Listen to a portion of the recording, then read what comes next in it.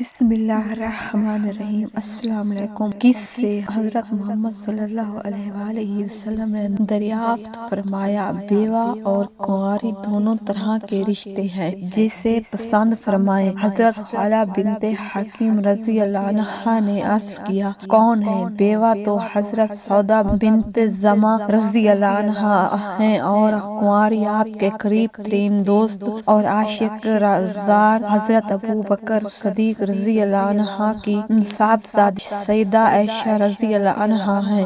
حضرت خولہ زوجہ عثمان بن مظعون رضی اللہ عنہ نے عرض کیا تو فرمایا، دونوں جگہ بات کرو۔ حضور کریم صلی اللہ علیہ وآلہ وسلم نے اذان پانے کے بعد حضرت خولہ بنت حکیم رضی اللہ عنہا سیدنا حضرت ابو بکر صدیق رضی اللہ عنہ کے در دولت پر پہنچی۔ اس وقت وہ گھر پر نہیں تھے۔ ان کی اہلیہ محترمہ حضرت سیدہ زینب ام رومان رضی اللہ عنہا نے بڑی انداز پیشانی سے انہیں بٹھایا تو حضرت خولہ رضی اللہ عنہا نے کہا، بہن، میں عائشہ بیٹی رضی اللہ عنہا کے لیے رسول اللہ صلی اللہ علیہ وآلہ وسلم کا پیام لے کر آئی ہوں۔ عائشہ رضی اللہ عنہا کے باپ کو آنے دو، ان سے بات کروں گی، پھر بتاؤں گی، کل آنا۔ حضرت زینب ام رومان رضی اللہ عنہا نے کہا تو سیدہ خولہ بنت